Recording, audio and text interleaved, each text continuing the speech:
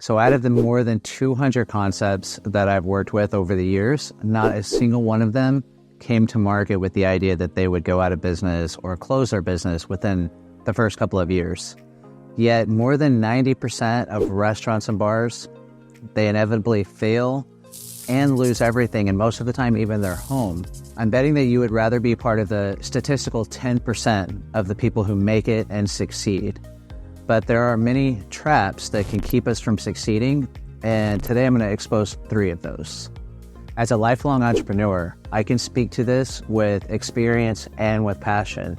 In one business, I did go down the path where I lost everything. And sure, I'm better for it, but trust me, you can be better for it too without having to actually go through that experience. Despite what people say, failing, bankruptcy, these things are not a rite of passage for an entrepreneur. You don't have to experience these things. They disrupt your psyche, your relationships, and obviously your financial situation. Since I'm sure that you would rather have long-term success versus failure, here are 3 of the main traps that stop restaurateurs in their tracks. Trap number 1 is stagnation. Everything changes very frequently, from fashion to fast food. I'm not proposing that you dump a lot of money into trend reports and the like. I'm suggesting that you just take simple steps.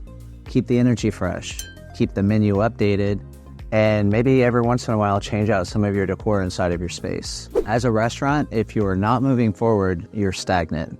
And if you're stagnant, being stagnant is a step in the direction of permanently closing your doors.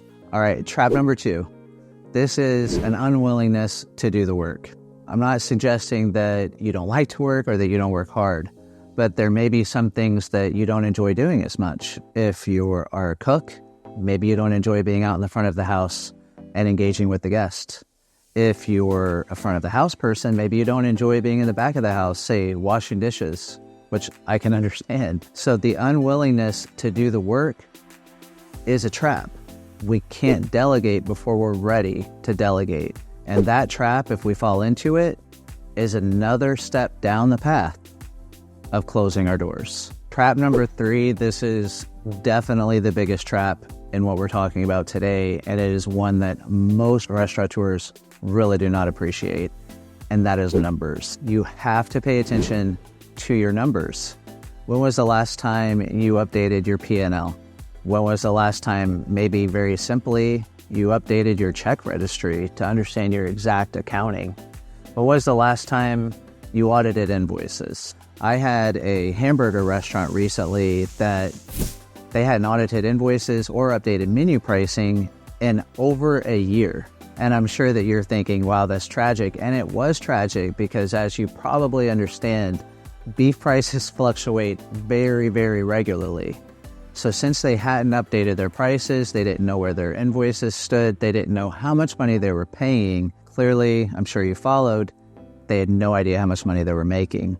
And in this case, unfortunately, the numbers were not on their side. So, trap number 3, pay attention to the numbers. This is definitely an area that if you're not strong at paying attention to numbers, bring somebody in who can help you with this, because not paying attention to the numbers is the number 1 step that will take you down the path to the point where you're going to close your doors and go out of business for good.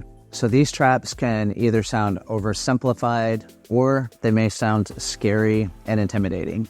Either way, they're very serious, and if you pay attention to them, address them one small step at a time, then you can prevent your business from going down the path of closing its doors and where you lose everything, because that's not what you want, and that's not what this community wants. Everyone is cheering for you and wants your success. If you're not sure where to start, or if simply you would just like to have some help, click the link below. I am here for your success.